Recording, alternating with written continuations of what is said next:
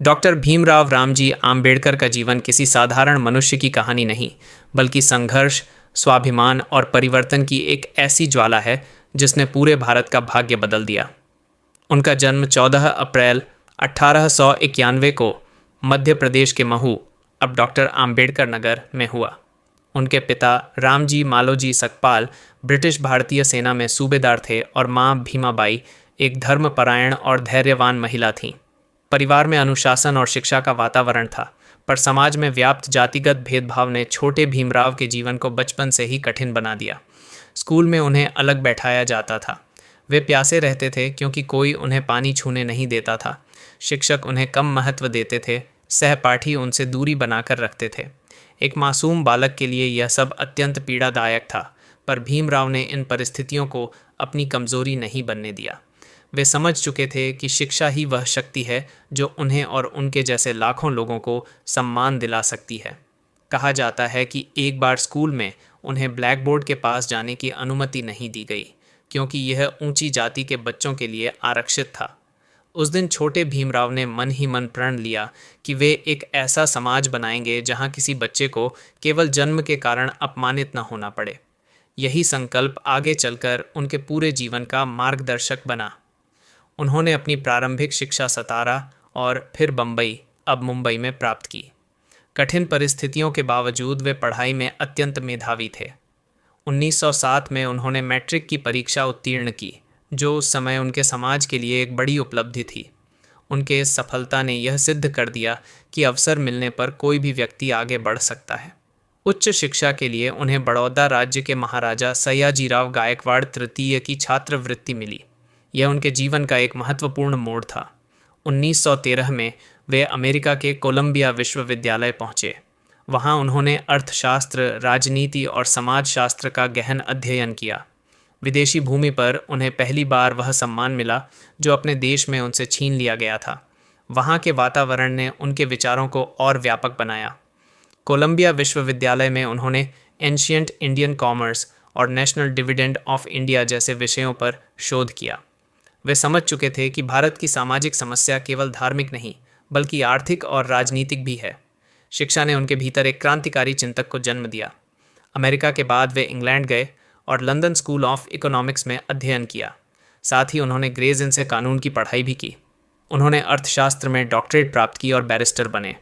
इतने उच्च शिक्षित व्यक्ति उस समय भारत में बहुत कम थे, विशेषकर उनके समाज से।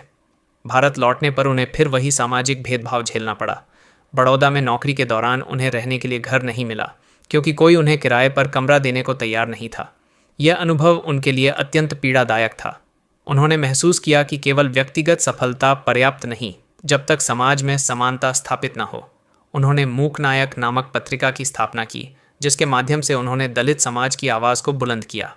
बाद में बहिष्कृत हितकारिणी सभा की स्थापना की, जिसका उद्देश्य शिक्षा और सामाजिक सुधार था। उनका मानना था कि आत्मसम्मान और शिक्षा से ही समाज का उत्थान संभव है। 1927 में महाड सत्याग्रह हुआ, जहां उन्होंने सार्वजनिक जलाशयों से पानी लेने के अधिकार के लिए आंदोलन किया। उन्होंने चवदार तालाब से पानी पीकर यह संदेश दिया कि पानी और प्रकृति पर सभी का समान अधिकार है। ये केवल पानी का प्रश्न नहीं था, बल्कि मानवीय गरिमा का प्रश्न था। उन्होंने मनुस्मृति दहन भी किया, क्योंकि वे मानते थे कि समाज में असमानता की जड़ें उन ग्रंथों में हैं जो भेदभाव को बढ़ावा देते हैं। उनका संघर्ष अहिंसक था, परंतु दृढ़ और स्पष्ट था। 1930 के दशक में गोलमेज सम्मेलन के दौरान उन्होंने ब्रिटिश सरकार से दलितों के लिए अलग निर्वाचन क्षेत्र की मांग की। उनका उद्देश्य था कि दलित समाज को राजनीतिक प्रतिनिधित्व मिले। इस मुद्दे पर उनका महात्मा गांधी से मतभेद हुआ। अंततः 1932 में पूना पैक्ट हुआ, जिसमें आरक्षण की व्यवस्था पर सहमति बनी। यह समझौता भारतीय राजनीति में एक ऐतिहासिक मोड़ था। स्वतंत्र भारत के निर्माण के समय उन्हें संविधान सभा की प्रारूप समिति का अध्यक्ष बनाया गया। उन्होंने भारतीय संविधान का निर्माण किया, जो समानता, स्वतंत्रता और बंधुत्व के सिद्धांतों पर आधारित है। भारतीय संविधान ने सभी नागरिकों को समान अधिकार दिए और अस्पृश्यता को अपराध घोषित किया। उनकी दृष्टि केवल कानून बनाने तक सीमित नहीं थी। वे महिलाओं के अधिकारों के भी प्रबल समर्थक थे। हिंदू कोड बिल के माध्यम से उन्होंने महिलाओं को संपत्ति और विवाह में समान अधिकार देने का प्रयास किया। जब इस पर विरोध हुआ तो उन्होंने कानून मंत्री पद से इस्तीफा दे दिया।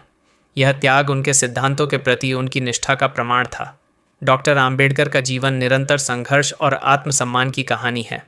उन्होंने कभी हार नहीं मानी। उन्होंने समाज को यह सिखाया कि अन्याय के सामने झुकना नहीं चाहिए, बल्कि ज्ञान और संगठन से उसका मुकाबला करना चाहिए।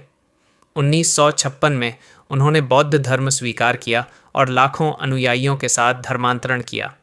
उनका मानना था कि बौद्ध धर्म समानता और करुणा का मार्ग दिखाता है। उन्होंने द बुद्धा एंड हिज धम्मा नामक पुस्तक लिखी, जिसमें उन्होंने अपने विचार प्रस्तुत किए। 6 दिसंबर 1956 को उनका निधन हुआ, पर उनका विचार आज भी जीवित है। 1990 में उन्हें भारत रत्न से सम्मानित किया गया। आज भी देश भर में उनकी जयंती बड़े उत्साह से मनाई जाती है। Subscribe for next part.